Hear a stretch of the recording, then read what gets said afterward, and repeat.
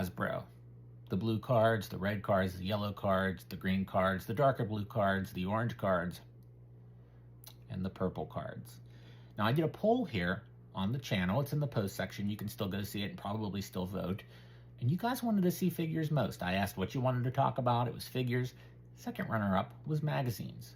Now I did a long-form video just like this on the complete PWI from 1983, all 12 issues signed, which is a collection that I accidentally put together, but you go and watch that video and then you can learn about that.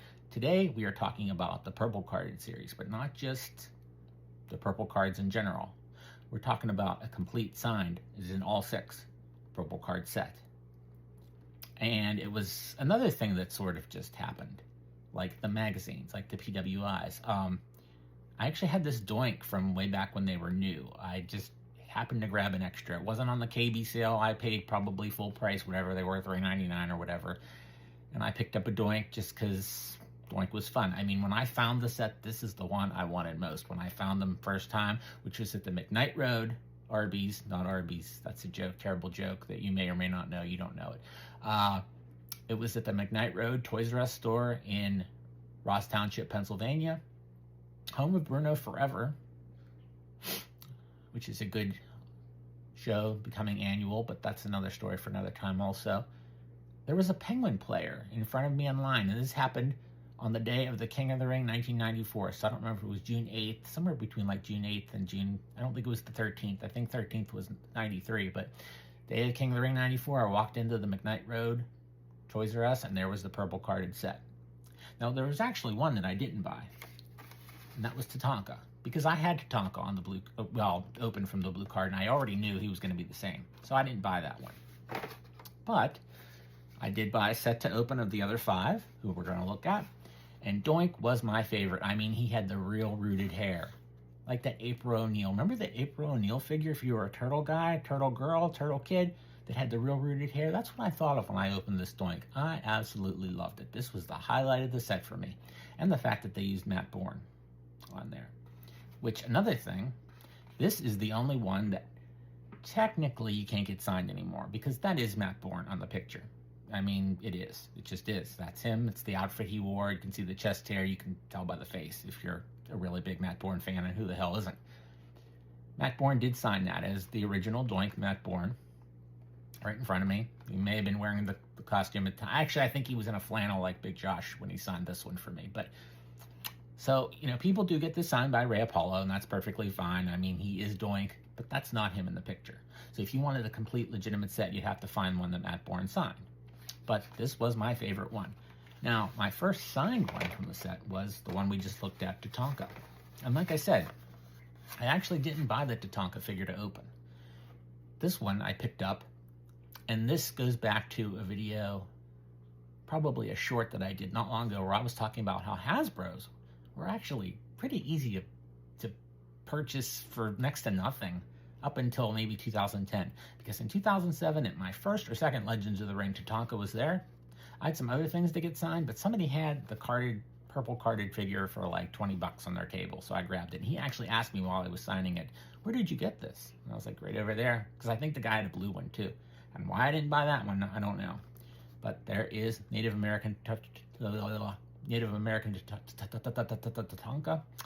Buffalo, and Chris Chavez. And I did not have him sign Chris Chavez, which I do occasionally now. I think the Legends figure I had him sign with that name also, but as you can tell, his original signature where it's included is on there as the facsimile. So he will do it if you ask. So a little pro tip, he'll do it if you ask. But there he is, Tatanka. So that was my first to get signed out of the set. Doink would have been the second. And at that point, I said, you know, I really want some Steiners signed. So I grabbed some Steiners and I got them signed. And there's good old Scotty, signed in silver, and Rick signed in black. And I have not seen Rick in a long time, so I don't know what he's charging anymore. But yeah, one of the promoters, there's a good shot at that silver. It really came out nice. You can see it from across the room. One of the promoters that, I won't mention his name, but he has Scott Steiner and Lex Luger and a few others in his stable, under his control. is just astronomical for asking prices for autographs. So, you know, sometimes High Spots is a little more reasonable for mail-ins, even if you want to do a mail-in. I mean, you're going to pay for shipping and that, but I like to go through them when possible. But yeah, seeing him at a show is just like highway robbery anymore. It's $60 just to get a photo signed. And don't tell them it's a real promo photo, if you have a real promo photo, because they'll just try to charge you more. But yeah, there's Scotty, of course, with the old little Mr. Perfect body there. But we loved it. I mean, you know, but I will say Doink was the most exciting for me because he was the only one that didn't have a figure. I know Big Josh, I know. But of course, the Steiners had figures previously. And Rick, of course, I remember opening it up and I was like, oh my God, they didn't even try to hide the studs from Crush. This is the Crush. Well, it's not the arm, but the rest of it is Crush. And actually, no, the torso isn't either. I don't know what I'm talking about. But the bottom is Crush, okay? And his studs from his trunks are actually, you can feel them on there. Not that you're feeling Rick Steiner's crotch. No. We're not doing that. No. We are not doing that. But there is Rick Steiner. And then I was kind of excited for the $1 Million Man as well because, well, for two reasons. I really wanted a white suit Ted DiBiase, which we finally got as a figure not that long ago. But at least he had it on the card. And it was cool because we finally had like a wrestling Ted DiBiase. I mean, we all wrestled with the first two that were in suits. We just pretended they weren't there, but it was nice to have an actual one, even though he has the Hulkster's body. It worked, because you could do the knife edge chop with the punching hand, you know, so it was great. And we had IRS already, you had Money Inc. right there. It was great. And I do love the card, which is why I had him sign it right on that white suit. And he's another one that, yeah, lots of money to get stuff signed now. Everybody's got a price, right? Right. And then you can look on the back also. We didn't do that yet. And you can see how they were going towards